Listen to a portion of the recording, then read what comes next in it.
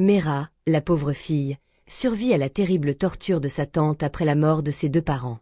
Sa tante lui coupe les cheveux, ignorant que ses cheveux étaient la seule solution dont tout le village avait besoin pour survivre.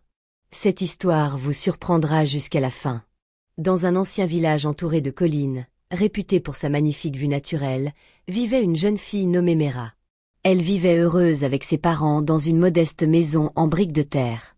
Petite, mais remplie de la chaleur de l'amour et des rires. Mera était très particulière.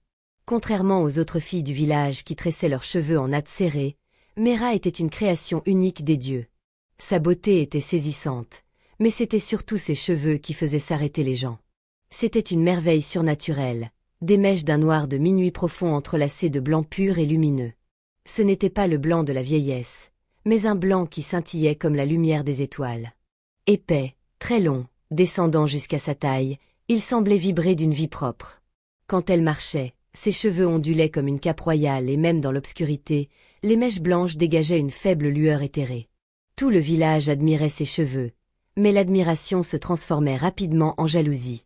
Les femmes plus âgées murmuraient derrière leurs calebasses, les jeunes filles se mordaient les lèvres d'envie, rêvant d'avoir ne serait-ce que la moitié de sa beauté.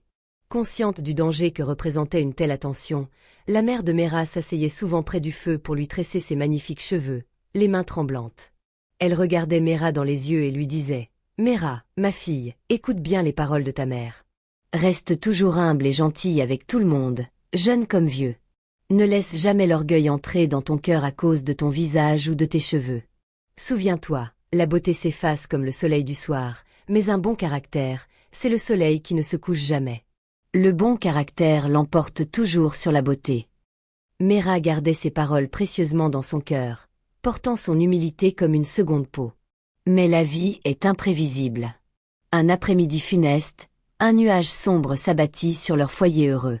Le père de Mera, un homme robuste, s'effondra soudain, terrassé par une forte fièvre.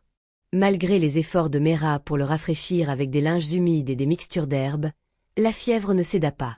Le soir venu, le pilier de la famille rendit son dernier souffle. Ce fut une perte immense et écrasante. La mère de Mera, qui aimait son mari plus que sa propre vie, ne supporta pas la douleur.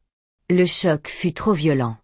Le lendemain, elle porta la main à sa poitrine et mourut d'une crise cardiaque, rejoignant son mari auprès des ancêtres.